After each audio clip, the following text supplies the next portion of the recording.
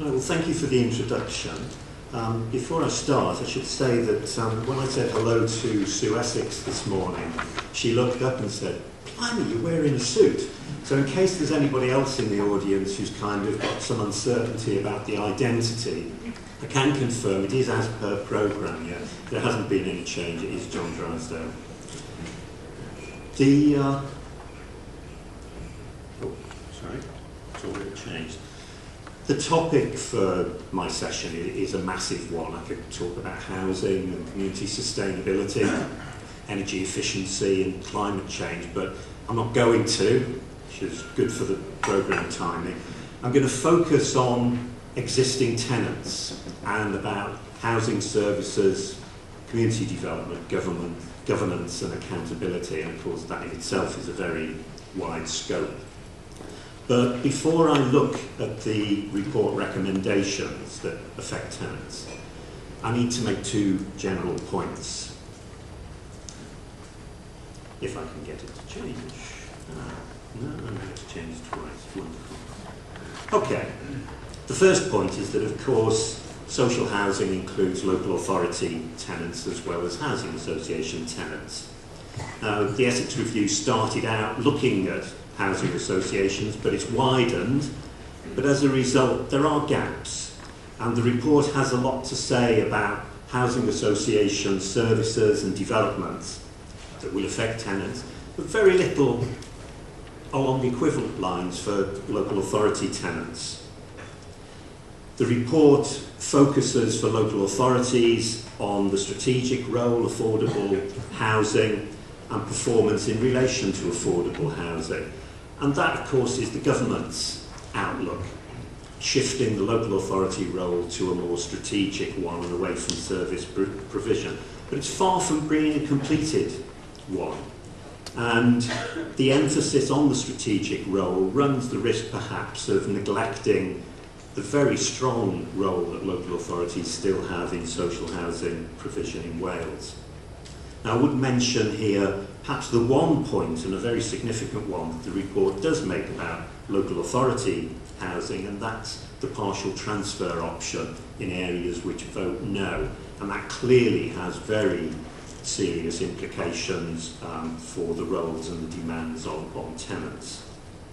But whatever's recommended in the report around housing association practice and for their tenants really must apply equally to local authority tenants. If tenants benefit from improved services as a result of tenant participation, then local authority tenants have to benefit too. And the differences in rights and participation in legislation and practice between the two parts of the sector really should be eliminated. And there's an opportunity coming up in terms of looking at a single social housing tenure within that, but that's not an area the report addresses.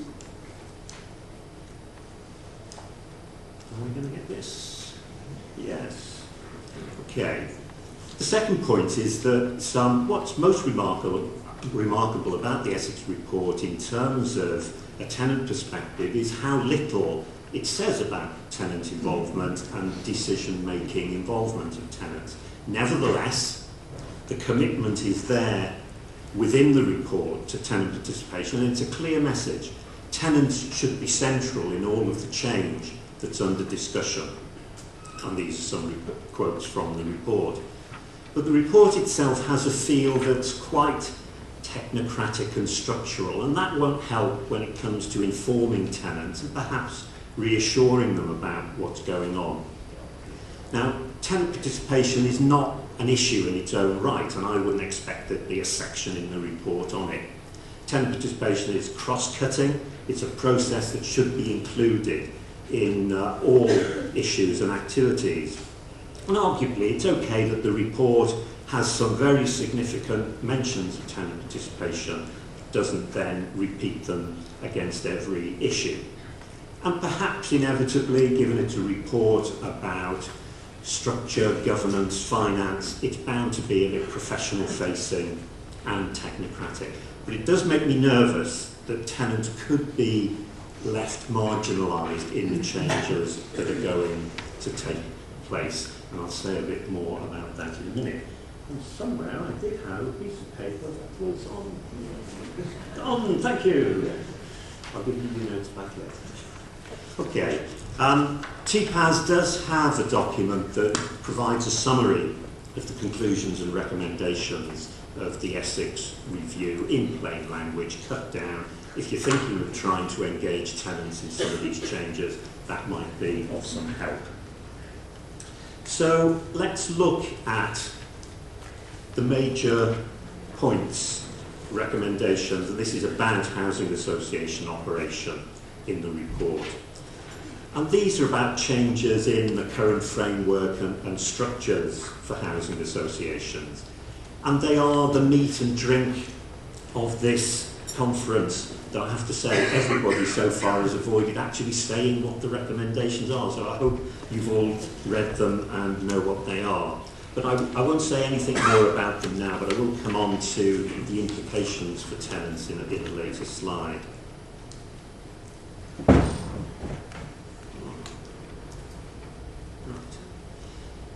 There are possibly very significant changes in the pipeline for tenants and for their rents.